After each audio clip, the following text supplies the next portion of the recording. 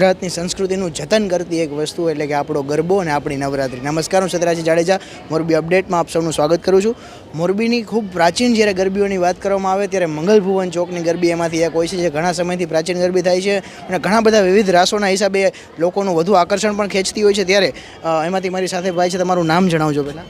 મારું નામ જિલેશ દોશી. જી જિલેશભાઈ, છેલ્લા કેટલા વર્ષથી મંગલભુવન દરમિયાન ચોકની અંદર જ્યાં ગરબી કરવામાં આવે છે અને આ પ્રાચીન ગરબી કેવી રીતે આ શરૂઆત થઈ હતી અને આજે કેવી રીતે આનું આયોજન થાય છે? છેલ્લા 65 વર્ષથી આજે જાચર ચોકમાં મા શક્તિની આરાધના કરી રહ્યું છે. પણ કહેવાય છે કે સ્ટેટ પણ આ ગરબી જોવા એક વખતને માટે આવતા. પહેલાં શેરી ગરબી હતી, આજે તમે જોઈ રહ્યા છો કે જબરજસ્ત આયોજન કરી રહ્યા છીએ. આ શેરી ગરબીમાંથી ભવ્ય આયોજન સુધી તમે પહોંચે ત્યારે કેવા વિવિધ રાસો કરવામાં આવે છે? ખાસ કરીને કયા રાસો આકર્ષણનું કેન્દ્ર બનતા હોય છે?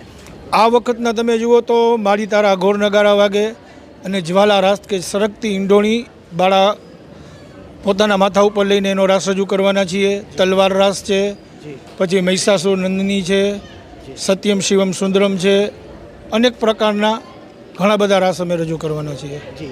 સાથે છેલ્લો પ્રશ્ન એ પૂછવા માગીશ કે કેટલી બાળાઓ આની અંદર ભાગ લે છે અને પ્રાચીન ગરબી વિશે તમે શું કહીશો લોકોને? અહીંયા દર વર્ષે અમે 150થી 180 બાળાઓનો ભાગ લઈએ છીએ. કોઈ નાતનો અમે ભેદભાવ રાખતા નથી. બધા 18 વર્ષની બાળાઓનો અમે અહીંયા બધાને એન્ટ્રી આપીએ છીએ. અને કહેવાનું એક જ છે કે જે આપણી સંસ્કૃતિ લુપ્ત થતી જાય છે, કોઈ ગરબાનો, કોઈ દાંડિયાનો, કોઈ પણ પ્રકારનો અમારો વિરોધ નથી. પણ મોરબીની પબ્લિકને એક નમ્ર વિનંતી છે કે આ જે શેરી ગરબી થઈ રહી છે, કમસે કમ એક વખત તમારા ફેમિલી જોડે આ ગરબી જોવા પધારો, જેથી કરીને અમારો ઉત્સાહ ડબલ થઈ જશે. ખૂબ ખૂબ આભાર અમારી સાથે જોડાવા બદલ.